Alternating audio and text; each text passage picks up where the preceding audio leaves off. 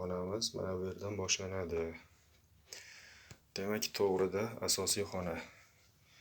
Bular meni yuklarim. Hali joylashtirganim yo'q. Bir kishiga mo'ljallangan bitta xona mana. Yotoq joy. Mehmonxonamiz 4 yulduzli.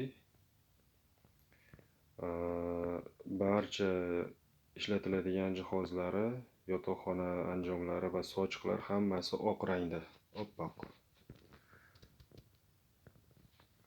Xo'p, lampalarimiz bor mana bu yerda. Dars tayyorlashimiz uchun stol, parta desa ham bo'ladi. Mana stul. G'ildiraklari bor. Bu yerda o'zim kitoblarim. Mana ular hujjatlar. Bu lampa.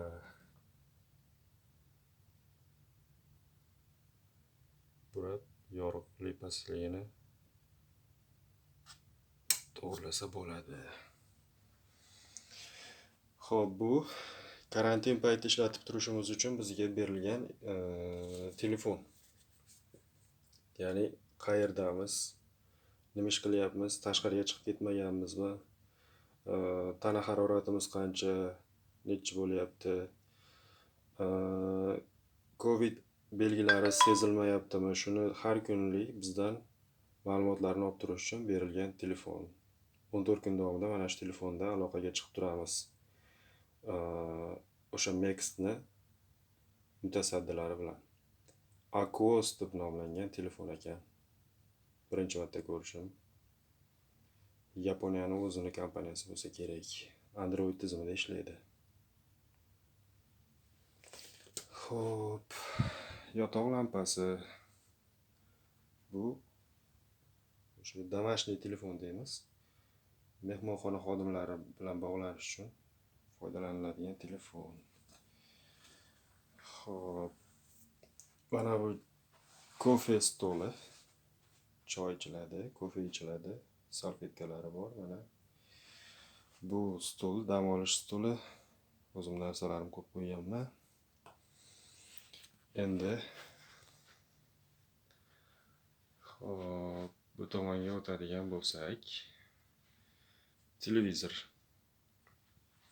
Yonida tefal choynagimiz bor, elektr choynak. Choy qaynatish uchun yoki qahva ichmoqchi bo'lsak, ishlatishimiz uchun qo'yilgan. Televizor ishlayapti. では、4人の考えは同じでした。ただ、先の衆議院選挙では、共産党と距離が近すぎるという指摘もあったことから、 Yapon kanallari.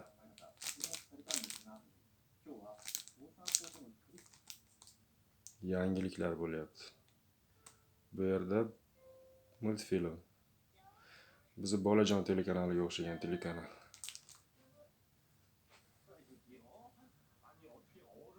Bu yerda kino bo'lyapti ekan.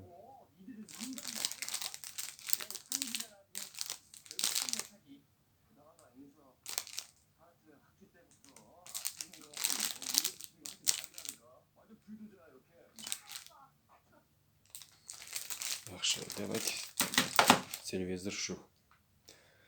Ana endi bu tomonga yuradigan bo'lsak, eshik, oynak bor. Kiyimlarni to'g'rilash uchun, o'zimizga qarash uchun bu yerda kiyim javoni. Eshik suriladi.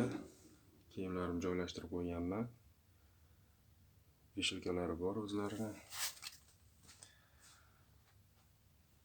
Oyoq kiyim uchun cho'tka.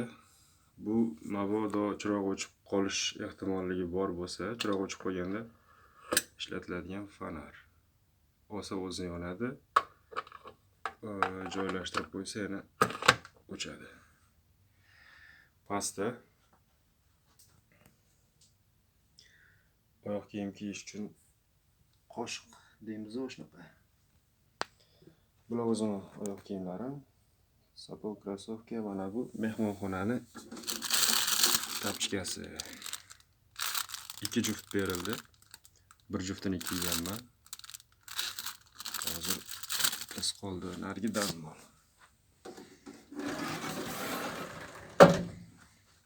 Mana endi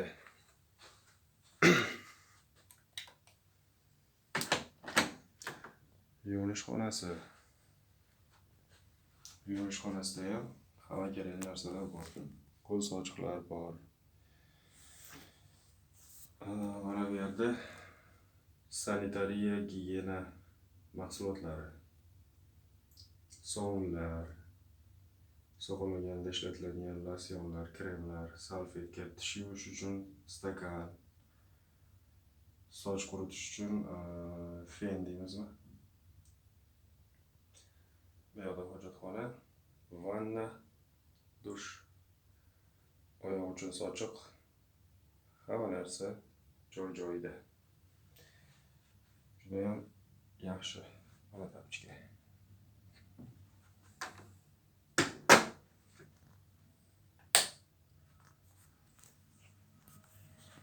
Xullas, oldindagi 14 kun davomida mana shu xonada yashab o'qiymiz.